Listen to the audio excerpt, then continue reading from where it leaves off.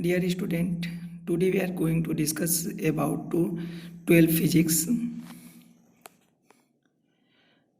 Physics is the branch of science dealing with study of basic law or rules that govern and control the nature and natural phenomena. जैसा कि first year में हम लोग ने introduction part में देखा है कि नेचर के बहुत से लॉ है, रूल है, उसको हम लोग फिजिक्स के अंतर्गत स्टडी करते हैं। आज हम लोग एक नए टॉपिक, नए फिनोमेना के बारे में सीखेंगे, इलेक्ट्रिक चार्ज एंड फील्ड। दोस्तों, electricity is the branch of physics dealing with study characteristic of charge. Electricity एक फिजिक्स का वो शाखा है जिसके अंतर्गत हम लोग चार्ज की कैरेक्टरिस्टिक के बारे में स्टडी करते हैं। दोस्तों, आज बताना चाहेंगे इलेक्ट्रिसिटी की ज़रूरत हम लोग को क्यों पड़ी, हम लोग क्यों इसके बारे में पढ़े। बचपन में हम लोग बहुत चीज़ें देखने को मिलता है, आज भी हम लोग देखते हैं कि चाक है कैसे ब्लैक बोर्ड पे स्टिक हो जाता है, कोई गम से कोई भी चीज़ें कैसे चिपक जाते हैं, फैन, टीवी ये कैसे काम करते हैं, मोबाइल कैसे काम करते हैं, और बादलों में जो स्पार्क होता है वो कैसे संभव है। इन सभी चीज़ के घटनाओं को सुलझाने के लिए हम लोग को सोचना पड़ा, इसलिए हम लोग एक नया टॉपिक इलेक्ट्रिसिटी लेके आते हैं। दोस्तों, नेचर की अगर बात करते हैं तो नेचर के दो पहलू हैं, मैटर एंड रेडिएशन। मैटर के पास भी मास, वॉल्यूम, शेप, मोमेंटम होता है एंड काइनेटिक एनर्जी होता है। जैसे अगर हम एक बंदूक की गोली की बात करते हैं, अगर हम ट्रिगर दबाते हैं तो उसमें से जो गोली निकलती है उसके पास मोमेंटम होता है, उसके पास एनर्जी होता है, वो किसी चीज़ को जाके हिट करती है। उसी तरह रेडिएशन के पास भी वेवलेंथ एनर्जी होता है। जैसे अगर हम बात करते हैं कि अगर हम मोबाइल्स पर किसी के कॉल करते हैं तो उसके पास रिंग बजता है, ये कैसे हुआ? ये वेव के माध्यम से संभव हुआ। नेचर में चाहे हमारे सन की लाइट की ही बात करें, सन की लाइट हमारे पास कैसे पहुंच जाती है, ये भी वेव के माध्यम से ही संभव हुआ। बात करते हैं नेचर इन्हीं दो चीज़ों से बना है, चाहे मैटर और रेडिएशन के कारण। और नेचर ने मैटर के पास भी एक अलग कैरेक्टरिस्टिक दिया, रेडिएशन के पास भी एक अलग कैरेक्टरिस्टिक दिया है। अगर हम मैटर की बात करते हैं तो इसके पास मास है, और मास के जैसे फर्स्ट ईयर में हम लोग ने देखा था, मास के कारण दो बॉडी है जिनके पास अगर मास है तो उनके बीच में एक अट्रैक्शन फोर्स काम करता है जिसको हम लोग को ग्रेविटेशनल फोर्स कहते हैं। तो ग्रेविटेशनल फोर्स के बारे में हम लोग ने स्टडी किया था। आज एक मैटर के एक और कैरेक्टरिस्टिक के बारे में हम लोग सीखेंगे, वो कैसे आया। जैसे हमने बचपन में क्या किया था, एक पेन को लेते थे और पेन को अपने बालों में रबिंग करते थे। रबिंग करने के बाद छोटे छोटे कागज़ के टुकड़े को हम लोग उठाते थे। ये कैसे, इस दुनिया को ताजुब देने वाली बात थी कि मतलब ये कैसे संभव। हम जानते हैं कि हर एक वस्तु ग्रेविटेशनल फोर्स के कारण पृथ्वी पर आना जाती है। अगर हम ऊपर की तरफ थ्रो करते हैं कोई भी वस्तु को तो वो पृथ्वी पे ही आके गिरती है, लेकिन ग्रेविटेशनल फोर्स से भी ज़्यादा स्ट्रॉन्ग ऐसा क्या चीज़ है जो ग्रेविटेशनल फोर्स से भी स्ट्रॉन्ग है और वो ग्रेविटेशनल फोर्स उस पर काम नहीं कर रहा है, मतलब वो ऊपर की तरफ ही उठ रहे हैं। तो ये चीज़ें हम लोगों ने जानने की कोशिश किया कि जो पावर हम देखते हैं मैटर के पास, जिससे वो छोटे छोटे वस्तुओं को आकर्षित करता है, उस पावर को हम लोग चार्ज कहते हैं। An electric charge is a property of body because of which it exerts and response to an electric force. जैसा कि अभी हमने बताया कि इलेक्ट्रिक चार्ज जो होता है इलेक्ट्रोमैग्नेटिक फोर्स के लिए रिस्पॉन्सिबल होते हैं। जैसे अगर हम ग्रेविटेशनल फोर्स की बात करते हैं तो वो मास के कारण से उत्पन्न होता है, और इलेक्ट्रिकल फोर्स या इलेक्ट्रोमैग्नेटिक फोर्स जो होता है वो आपका चार्ज के कारण से उत्पन्न होता है। अगर हम लोग डीप में स्टडी करेंगे चार्ज को, तो चार्ज के पास दो कैरेक्टरिस्टिक होता है। नोट में हमने दिया है, an electric charge have two characteristic when charge has at rest condition it has one properties like electrostatics. जब हम चार्ज की बात करते हैं, चार्ज अगर स्थिर होता है तो उसके पास एक अलग हम लोग को प्रॉपर्टी देखने को मिलता है, उसके चारों तरफ इलेक्ट्रिक फील्ड उत्पन्न होता है। स्थिर चार्ज के बारे में अगर हम लोग जानने की कोशिश करते हैं उसको हम लोग इलेक्ट्रोस्टैटिक कहते हैं। और charge has movement condition, it has other properties. अगर चार्ज मूवमेंट कंडीशन में होता है तो उसके पास एक अलग तरह की प्रॉपर्टीज होती है, उसके पास मैग्नेटिक गुण होता है जिसको हम आगे सीखेंगे। वो जिसके अंतर्गत हम लोग उसके बिहेवियर के बारे में सीखते हैं, उसको हम लोग इलेक्ट्रोडायनेमिक या इलेक्ट्रिक करंट कहते हैं। इस हिसाब से टाइप ऑफ इलेक्ट्रिसिटी, इस हिसाब से इलेक्ट्रिसिटी को हम लोग दो भागों में बांटते हैं। There are two type of electricity given below, और first electrostatics and second electric current और इलेक्ट्रोडायनेमिक। इलेक्ट्रोस्टैटिक की बात करते हैं। Electrostatic is the branch of physics we study the behaviour of charge at rest condition is called electrostatics. अगर कोई charge स्थिर condition में है उसके बिहेवियर के बारे में हम स्टडी करते हैं जिस ब्रांच के अंतर्गत, उसे हम लोग इलेक्ट्रोस्टैटिक कहते हैं। इलेक्ट्रिक करंट और electrodynamic, it is branch of physics we study the behaviour of charge at movement condition is called the electrodynamic. मतलब फिजिक्स की जिस शाखा के अंतर्गत अगर हम गतिमान चार्ज के बिहेवियर के बारे में स्टडी करते हैं तो उसको हम लोग इलेक्ट्रोडायनेमिक या इलेक्ट्रिक करंट के नाम से जानते हैं।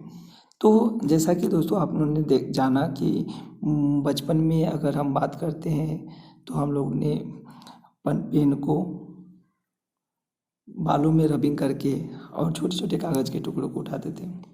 इस हिसाब से चार्ज के पास एक अट्रैक्शन का गुण होता है, मतलब एक चार्ज बॉडी है दूसरी चार्ज बॉडी है, उनके बीच में अट्रैक्शन फोर्स काम करता है। लेकिन सबसे ताज्जुब बात ये था, बेंजामिन फ्रैंकलिन ने एक ग्लास रॉड को लिया और उसको रेशम पर रबिंग किया और एक एबोनाइट रॉड अर्थात प्लास्टिक की रॉड उन्होंने लिया और उसको बिल्ली के फर पे उन्होंने रबिंग किया।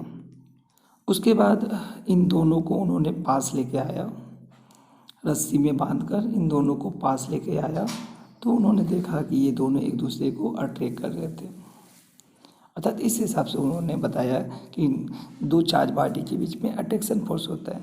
लेकिन सबसे ताज्जुब की बात ये था कि अगर ग्लास की एक रॉड लेकर उसको रेशम पर रबिंग करते हैं, फिर दूसरा ग्लास के रॉड को हम रेशम पर रबिंग करके उसके पास लेके आते हैं तो उन्होंने देखा कि ये दोनों एक दूसरे को रिपेल कर रहे थे। सेकेंड कंडीशन में उन्होंने प्लास्टिक रॉड को फिर बिल्ली के खाल पे उन्होंने रबिंग किया और फिर दूसरे प्लास्टिक रॉड को बिल्ली के खाल पे रबिंग करके उनको पास लेके आया तो वो भी एक दूसरे को रिपेल कर रहे थे। इस हिसाब से उन्होंने जाना कि अगर दो अलग अलग मटेरियल है, अगर उनको हम लोग रबिंग करके पास लेके आते हैं तो उनके पास अट्रैक्शन का गुण होता है। अगर दो सेम गुण के अगर कोई पदार्थ है मैटर से, अगर उनको हम रबिंग करके पास लेके आते हैं तो उनके पास रिपल्सन का गुण होता है। तो इस हिसाब से कैरेक्टरिस्टिक ऑफ चार्ज, दो कैरेक्टरिस्टिक होता है, दो नेचर होता है चार्ज के पास, अट्रैक्शन का और रिपल्सन का। Attraction unlike charge attract each other, unlike मतलब डिफरेंट गुण के जो चार्ज होंगे वो एक दूसरे को अट्रैक्ट करेंगे, और repulsion like charge repel each other, मतलब जो सेम गुण के अगर कोई चार्ज बॉडी है तो वो एक दूसरे को रिपल्सन करते हैं। ये देखिए एक फिगर के माध्यम से हम लोग देख लेते हैं। फिगर में आपने देखा कि अगर दो डिफरेंट चार्ज हैं तो एक दूसरे को अटैक कर रहे हैं, दो सेम गुण वाले चार्ज हैं तो एक दूसरे को रिपल कर रहे हैं। नेक्स्ट पॉइंट अगर हम बात करते हैं kind of charge, according to Benjamin Franklin 1706 to 1790 there are two type of charge. Benjamin Franklin 1706 to 1719 के बीच में उन्होंने चार्ज को दो प्रकार से बताया, दो प्रकार के चार्ज होते हैं और सबसे बड़ा ताज्जुब है उन्होंने ऐसे ही एक को पॉजिटिव और दूसरे को नेगेटिव रख दिया, उसमें कोई रीज़न नहीं था। वो उन्होंने देखा कि अगर हम किसी ग्लास रॉड को रबिंग रेशम पर रबिंग करके और एक एबोनाइट के छड़ को हम लोग बिल्ली के फर पर रबिंग करके और दोनों चार्ज है, दोनों चार्ज बॉडी को अगर हम पास लेके आते हैं तो ये एक दूसरे को अट्रैक्ट कर लेते हैं। अटैक करने के बाद फिर पुनः इन दोनों बॉडी को हम पास लेके आते हैं तो वो अटैक नहीं करते हैं। अर्थात उनको ये ताज्जुब कर दिया कि ऐसा क्या चीज़ है कि रबिंग करने के बाद हम चार्ज बॉडी को पास लेके आते हैं तो अट्रैक्शन का वो होता है, पुनः लेके आते हैं तो वो पावर समाप्त हो जाता है। ये पावर समाप्त कैसे हो गया? तो उन्होंने सोचा कि ऐसी क्या चीज़ है जो एक दूसरे से कैंसिल हो जाती है। तो उन्होंने अपना दिमाग दौड़ाया। बहुत सी ब्रांच हैं, जैसे बायोलॉजी की अगर हम बात करते हैं तो जिसमें जीव जंतुओं पेड़ पौधों के बारे में हम लोग स्टडी करते हैं। अगर फिजिक्स की बात करते हैं तो नेचर के लॉ को स्टडी करते हैं। केमिस्ट्री की बात करते हैं तो न्यू प्रोडक्ट कैसे आविष्कार होते हैं इसके बारे में अगर हम स्टडी करते हैं। उसी तरह अगर उन्होंने सोचा कि ऐसा कौन सा ब्रांच है जिसमें जो चीज़ें मिलती हैं तो वो एक दूसरे को जीरो कर देती हैं। तो उन्होंने बहुत ताज्जुब देखा कि एक मैथमेटिकल ही ब्रांच एक ऐसा है जिसमें दो चीज़ें मिलकर जीरो हो जाती हैं। जैसे अगर हम बात करते हैं +2 मतलब 2 में अगर हम -2 को जोड़ दें तो ये कैंसिल हो जाती है अर्थात जीरो हो जाती है। तो इस हिसाब से उन्होंने बताया कि अगर कोई बॉडी अनचार्ज्ड हुआ, कोई बॉडी अनचार्ज्ड है तो इसका मतलब ये था कि एक पॉजिटिव होगा और दूसरा निगेटिव होगा और दोनों एक दूसरे से कैंसिल हो गए होंगे। इस हिसाब से उन्होंने चार्ज को दो नाम दिया, एक को पॉजिटिव और एक को नेगेटिव। बहुत ताज्जुब की बात थी, उन्होंने ग्लास रॉड को पॉजिटिव बोला और प्लास्टिक रॉड को उन्होंने नेगेटिव रखा। When the glass rod rubbed with silk, then glass rod has positive charge and silk has negative charge. अगर हम ग्लास रॉड को सिल्क पे रबिंग करते हैं तो ग्लास रॉड पॉजिटिव हो जाता है और सिल्क रॉड नेगेटिव हो जाता है। कोई रीज़न नहीं था, किसी को भी पॉजिटिव बोल सकते थे। Electrostatic series. According to Faraday, two substances are rubbed with together. Brother in series will be positive and other negative. यदि हम दो सब्सटेंस, फ्राडे ने बताया कि यदि दो सब्सटेंस को हम लोग रबिंग करते हैं तो क्या होगा कि एक पॉजिटिव होता है और दूसरा क्या हो जाता है, निगेटिव हो जाता है। इसके लिए हम लोग इलेक्ट्रोस्कोप का हेल्प लेते हैं और जैसा कि फिगर में आपके सामने इलेक्ट्रोस्कोप है और इलेक्ट्रोस्कोप बनाया गया। इसमें एक जार लिया गया और जार के अंदर एक ब्रास डिस्क है और ये आपका इंसुलेटर है और उसके बाद से एक बॉटल हमने लिया, मेटल फॉइल और अर्थ और ये आपके एक गोल्ड लिप्स है। जब हम किसी रॉड को, जैसे ग्लास की रॉड को, सबसे पहले डे ने ग्लास के रॉड को रबिंग किया रेशम पे रबिंग करके और इस ब्रास से के डिस्क से उन्होंने टच कर दिया तो उन्होंने देखा कि ये जो लिप है, जो नीचे जो लिप है वो एक दूसरे को रिपल कर लिए। इसका मतलब ये हुआ कि इधर भी पॉजिटिव और इधर भी पॉजिटिव हो गया। नेक्स्ट पॉइंट में फिर अदर मटेरियल को इसके संपर्क में लेके आया गया। यदि ये अपना रिपल्सन का गुण रखते हैं तो पॉजिटिव होगा, अगर ये रिपल्सन को समाप्त करते हैं अर्थात कैंसिल होते हैं तो वो दूसरा मैटर जो है निगेटिव हो गया होगा। इस हिसाब से उन्होंने एक सीरीज बनाया और उन्होंने बताया कि ऊपर की जो मैटर है उन नीचे के मैटर को अगर हम के साथ रबिंग करते हैं तो ऊपर वाला पॉजिटिव होगा और नीचे वाला नेगेटिव होगा। जिससे अगर हम बात करते हैं glass, wool, silk, would, metal, hard rubber, wax, resin, sulphur. अगर ग्लास को वूल के साथ रबिंग करेंगे तो ग्लास पॉजिटिव होगा और वूल नेगेटिव। वूल को सिल्क के साथ रबिंग करेंगे तो वूल पॉजिटिव होगा, सिल्क नेगेटिव होगा। इस तरह से ग्लास को यदि हम प्लास्टिक के साथ रबिंग करते हैं तो ग्लास पॉजिटिव चार्ज रखता है और रेजिन या प्लास्टिक निगेटिव चार्ज रखता है। बड़ा हेल्पफुल ये सीरीज बना और इस सीरीज के माध्यम से हम लोग जान पाए कि कौन पॉजिटिव नेचर का होगा और कौन निगेटिव नेचर का है। और बात करते हैं इलेक्ट्रोस्कोप। एक electroscope is an early scientific instrument used to detect the presence of electric charge of one body. Electroscope एक इंस्ट्रूमेंट है, साइंटिफिक इंस्ट्रूमेंट है जो चार्ज को डिटेक्ट करता है। और इस इलेक्ट्रोस्कोप के माध्यम से ही हम लोग ने इलेक्ट्रोस्टैटिक सीरीज बनाया। नेक्स्ट पॉइंट की अगर बात करते हैं, इलेक्ट्रॉन थ्योरी। शुरू से ही हम लोग इस सीरीज को मानते चले गए, इलेक्ट्रोस्टैटिक सीरीज को माने, और इसी बेसिस पे हम लोग जानते ग्लास को पुल से रबिंग करेंगे तो ग्लास पॉजिटिव और पुल निगेटिव होगा। लेकिन जब कुछ समय पश्चात जब इलेक्ट्रॉनिक थ्योरी बनी तब हम लोग जान पाए कि एक्चुअल में कौन सा मटेरियल कैसे पॉजिटिव होता है और कैसे निगेटिव होता है, क्या कारण है कि उसको हम लोग पॉजिटिव कहते हैं और क्या कारण है कि उसको हम लोग निगेटिव कहते हैं। तो आइए जानते हैं इलेक्ट्रॉन थ्योरी के बारे में। All matter are composed of molecules which are made of a combination of atom. जैसा कि हम लोग बचपन से जानते हैं कि सभी मैटर जो होते हैं मॉलिक्यूल्स से मिलकर बने होते हैं, छोटे छोटे मॉलिक्यूल्स से मिलकर बने होते हैं, और सभी मॉलिक्यूल्स जो होते हैं वो एटम से मिलकर बने होते हैं। Atoms contains large number of electrons and equal number of proton in their normal state. जैसा कि हम लोग जानते हैं कि एटम के अंतर्गत छोटे छोटे पार्टिकल्स इलेक्ट्रॉन, प्रोटॉन और न्यूट्रॉन होते हैं।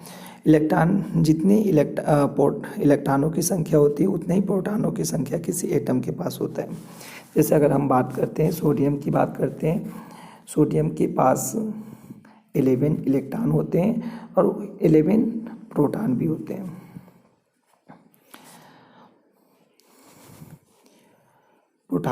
हैं। That is neutralize. और इलेक्ट्रॉन पे हम लोग जानते सबसे ताज्जुब की बात है, इलेक्ट्रॉन पे निगेटिव चार्ज होता है और प्रोटॉन पे पॉजिटिव होता है। तो किसी एटम और न्यूट्रॉन पे 0 चार्ज होता है। तो इस हिसाब से हम लोग जानते हैं कि अगर 11 किसी मैटर के पास 11 इलेक्ट्रॉन है और 11 प्रोटॉन है, अर्थात जितना निगेटिव चार्ज है उतना ही पॉजिटिव है, तो ये एक दूसरे को कैंसिल आउट हो जाएंगे, अर्थात एक दूसरे को कैंसिल कर देते हैं। इस हिसाब से ये न्यूट्रलाइज होते हैं। तो अगर ये न्यूट्रलाइज है व्हेन रब अगेंस्ट ईच अदर, यदि हम इनको रब करते हैं, सम इलेक्ट्रॉन फ्रॉम वन बॉडी में pass on the other body. तो जब हम किसी मैटर को किसी दूसरे मैटर के साथ रबिंग करते हैं तो क्या होता है कि कुछ इलेक्ट्रॉन जो होते हैं एक बॉडी टू दूसरे बॉडी में ट्रांसफ़र हो जाते हैं। The body that receive that extra electron become negative charge. जो बॉडी एक्स्ट्रा इलेक्ट्रॉन रिसीव करता है वो अपने पास निगेटिव चार्ज हो जाता है, उसके पास ज़्यादा निगेटिव चार्ज हो जाता है। The body that donates the electron become positively charge. जो बॉडी इलेक्ट्रॉन को डोनेट करता है वो पॉजिटिव चार्ज नेचर का होता है, because it has more proton than electron. क्यों पॉजिटिव हो जाता है? क्योंकि उसके पास प्रोटॉन की संख्या इलेक्ट्रॉनों की संख्या से ज़्यादा हो जाती है। दस a glass rod is rubbed with the silk cloth. इस प्रकार से हम लोगों ने ये जान पाए कि ग्लास रॉड क्यों पॉजिटिव है, सिल्क क्यों निगेटिव है। जब हम ग्लास रॉड को सिल्क क्लॉथ पे रबिंग करते हैं तो electron are transfer from the glass rod to silk cloth. तो इलेक्ट्रॉन जो है ग्लास रॉड से ट्रांसफ़र हो जाता है सिल्क क्लॉथ पे। The glass rod becomes positively charge, जिसके कारण ग्लास रॉड पॉजिटिव चार्ज हो जाता है। And silk cloth becomes negative charge, और सिल्क क्लॉथ जो है निगेटिव चार्ज। तो बहुत डीप में स्टडी करने के बाद हमको मालूम चला कि कोई बॉडी क्यों पॉजिटिव होता है और क्यों निगेटिव होता है। जैसा कि एक एग्जांपल के माध्यम से हम लोग समझते हैं, सोडियम की अगर हम बात करते हैं तो इसके पास 11 इलेक्ट्रॉन होते हैं, और इलेक्ट्रॉनिक कन्फिग्रेशन की बात करते हैं तो 281 इसका इलेक्ट्रॉनिक कन्फिग्रेशन होता है। क्लोरीन की बात करते हैं तो इसके पास 17 इलेक्ट्रॉन होते हैं, इसकी इलेक्ट्रॉनिक कन्फिग्रेशन की बात करते हैं तो 287 होगा। नेक्स्ट, और हमें पता है कि किसी भी एटम के पास आउटर मोस्ट सेल में जो इलेक्ट्रॉन होते हैं अगर 2 है 8 है तो वो बैलेंस होने की केसेस में होता है, अर्थात वो स्टेबल होते हैं। अगर हम सोडियम की बात करते हैं तो इसके आउटर मोस्ट में 1 इलेक्ट्रॉन है, और क्लोरीन की बात करते हैं तो इसके आउटर मोस्ट में 7 इलेक्ट्रॉन है। सोडियम बैलेंस तब होगा जब ये 1 इलेक्ट्रॉन किसी को डोनेट कर देगा, और क्लोरीन बैलेंस तब होगा जब ये 1 इलेक्ट्रॉन किसी से ले सकता है। इस हिसाब से अगर हम बात करते हैं तो सोडियम अगर अपना 1 इलेक्ट्रॉन किसी को त्यागता है, तो जब कोई तत्व इलेक्ट्रॉन त्यागता है तो उस पर पॉजिटिव चार्ज आ जाते हैं। क्यों पॉजिटिव चार्ज है, इसके पीछे भी एक रीज़न है। अगर हम बात करते हैं तो सोडियम के पास 11 इलेक्ट्रॉन 11 इलेक्ट्रॉन और 11 प्रोटॉन है। अगर 1 इलेक्ट्रॉन इसमें से थ्रो आउट हो जाता है, बाहर चले जाते हैं, तो उसके पास 10 इलेक्ट्रॉन और 11 प्रोटॉन बच जाते हैं। अगर हम इनको सम करते हैं तो इसके पास 1 पॉजिटिव बच जाता है, 1 पॉजिटिव चार्ज बच जाता है, 1 प्रोटॉन एक्स्ट्रा हो जाता है। इस हिसाब से सोडियम एक पॉजिटिव चार्ज अपने पास रखता है। उसी प्रकार अगर हम बात करते हैं क्लोरीन की बात करते हैं तो क्लोरीन 1 इलेक्ट्रॉन किसी से ग्रहण कर लेता है तो उसके पास निगेटिव चार्ज आ जाते हैं। क्यों निगेटिव चार्ज आ जाते हैं कि क्लोरीन के पास अगर हम बात करते हैं तो 17 इलेक्ट्रॉन और 17 प्रोटॉन होते हैं। 1 इलेक्ट्रॉन कहीं से आने पर इसके पास 18 इलेक्ट्रॉन और 17 प्रोटॉन हो जाते हैं। अगर हम इनका सम करें तो 1 इलेक्ट्रॉन एक्सेस हो जाता है, जिसके कारण से क्लोरीन पे निगेटिव चार्ज हो जाता है। तो इस हिसाब से आपने देखा कि कोई मैटर क्यों पॉजिटिव होता है और क्यों निगेटिव होता है। तो इस हिसाब से चार्ज को हम एक अलग तरह से डिफाइन कर सकते हैं। Quantity of electron quantity called charge, यानी इलेक्ट्रॉनों की मात्रा को हम लोग चार्ज कहते हैं। जिस मैटर के पास जितना ही एक्सेस इलेक्ट्रॉन होगा वो चार्ज ज़्यादा रखेगा, जिसके पास जितना ही प्रोटॉन एक्सेस होगा तो पॉजिटिव चार्ज रखता है, एक्सेस इलेक्ट्रॉन होगा तो निगेटिव चार्ज रखता है। Next, properties of charge. Charge के पास 2 प्रॉपर्टीज आपके सामने दिख रहा है, क्वांटिजेशन ऑफ चार्ज और conservation of charge. Quantization of charge की बात करते हैं। The electric charge is quantize that it always exists in discrete rather than is continuous amount. This has been experimentally shown by Milken and other. Milken's experiment proved that the physically exciting charge Q is equal to an integral multiple of the fundamental charge is that Q equal to Ne, where n equal to 0 plus minus 1 plus minus 2 plus minus 3 and E is the charge of proton, like E equal to 1.6 into 10 to the power minus 19 coulomb. मतलब कि मिल्कन ने एक experiment किया और उसमें बताया कि 1 electron या 1 प्रोटॉन के पास 1.6 into 10 to the power minus 19 coulomb आवेश होता है, अर्थात चार्ज होता है। और जितने नंबर ऑफ इलेक्ट्रॉन एक्सेस होंगे वो एक इंटीग्रल मल्टीपल में एक्सेस होंगे, चाहे हम 1 से मल्टीप्लाई करें या 2 से मल्टीप्लाई करें या 3 से मल्टीप्लाई करें। तो इस तरह से कोई भी चार्ज जो है क्वांटाइज होता है, मल्टीपल होता है। तो नेक्स्ट अगर हम बात करते हैं कंजर्वेशन ऑफ चार्ज, तो दोस्त इलेक्ट्रॉन थ्योरी में हम लोगों ने देखा कि चार्ज को हम लोग ने उत्पन्न नहीं किया, नेचर ने गिफ्ट दिया था। इलेक्ट्रॉन के पास निगेटिव चार्ज और प्रोटॉन के पास पॉजिटिव चार्ज। ये चार्ज हम लोग ने आविष्कार नहीं किया, ये चार्ज पहले से नेचर में उपलब्ध था। और तो the charge of an isolated system is conserved. Charge एक कंजर्व्ड क्वांटिटीज होता है, फिजिकल क्वांटिटीज होता है। Is that charge can neither be created nor destroy, only it can transfer one body to another। Charge को हम ना तो उत्पन्न कर सकते हैं ना ही नष्ट कर सकते हैं, इसे हम लोग वन बॉडी से दूसरे बॉडी में ट्रांसफ़र कर उसको चार्ज कर सकते हैं, उसको के अंदर चार्ज उत्पन्न कर सकते हैं। तो इस तरह से आपने देखा कंजर्वेशन ऑफ चार्ज। दूसरी बात करते हैं चार्ज एक फिजिकल क्वांटिटी है, तो उसको हम लोग किस में मेजर करेंगे, तो हम लोग कूलाम में इसको मेजर करते हैं। चार्ज का यूनिट की अगर बात करते हैं तो यूनिट ऑफ चार्ज कूलाम होता है। नेक्स्ट पॉइंट आपके सामने है क्लासिफिकेशन ऑफ सब्सटेंस। दोस्तों सब्सटेंस जो होते हैं वो उनको हम लोग किस तरह से चार्ज के बेसिस पे क्लासिफाइड करते हैं। All the substance can be classified into 3 categories. सभी सब्सटेंस जो होते हैं वो 3 प्रकार के होते हैं। 3 प्रकार से हम लोग कैटेगराइज करते हैं। फर्स्ट कंडक्टर, सेकेंड इंसुलेटर और सेमी कंडक्टर। कंडक्टर दो substance which allow the movement of electric charge through them because it have a large number of free charge electrons ions are called the conductor। जो matter अपने अंदर charge अर्थात electron को allow करता है उसे हम लोग कंडक्टर कहते हैं। Like metals all metals like copper, gold, aluminium, the earth और bodies, tap water and electrolytes it's etcetera.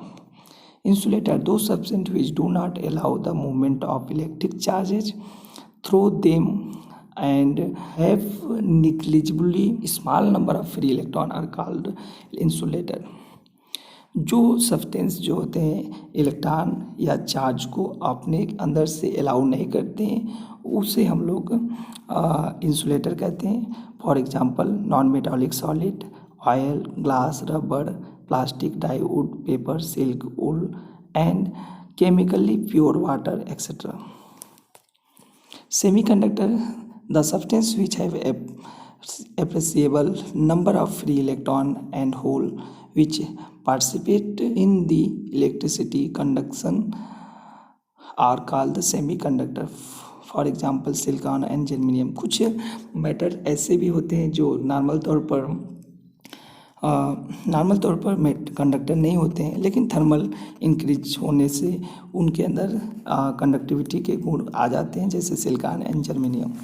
तो इस हिसाब से आपने 3 सब्सटेंस देखा चार्ज अलाउ के आधार पे, चार्ज अलाउ करते हैं या नहीं करते हैं, conductor, insulator and semi conductor.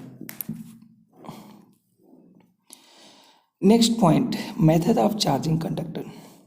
किसी भी बॉडी को कैसे चार्ज करते हैं। An uncharge conductor can be charge by the following 2 method. कोई भी अनचार्ज बॉडी है उसको हम लोग चार्ज 2 मेथड से करते हैं, कंडक्शन और इंडक्शन।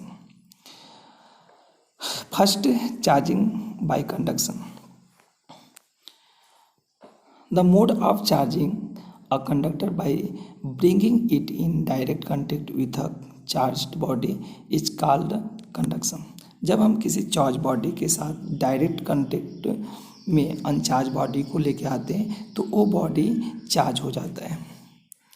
आपने फिगर के माध्यम से देखा, ये मेथड जो होता है इस मेथड को हम लोग कंडक्शन कहते हैं। Second charging by induction. The mode of charging a conductor by bringing it near a charge body without direct contact is called the induction। जब किसी चार्ज बॉडी को किसी अनचार्ज बॉडी के पास लेके जाते हैं, उससे संपर्क में नहीं रखते हैं, उससे थोड़ा दूर पे ही रखते हैं, तो वो बॉडी चार्ज हो जाता है। उस मेथड को हम लोग क्या कहते हैं, चार्जिंग बाय इंडक्शन अर्थात इंडक्शन कहते हैं। सबसे ताजुब की बात करते हैं, जब कंडक्शन के माध्यम से कोई बॉडी चार्ज करते हैं तो जो बॉडी जिस नेचर का, जिस गुण का चार्ज अपने पास रखता है वही गुण उसके अंदर होता है। जैसे यहाँ पे निगेटिव है तो ये बॉडी भी निगेटिव चार्ज उत्पन्न करता है। अगर इंडक्शन के मेथड से हम लोग चार्ज करते हैं तो अगर ये बॉडी निगेटिव है तो जो चार्ज अनचार्ज बॉडी है वो उसके पास पॉजिटिव उत्पन्न हो जाते हैं। ऐसा क्यों होता है?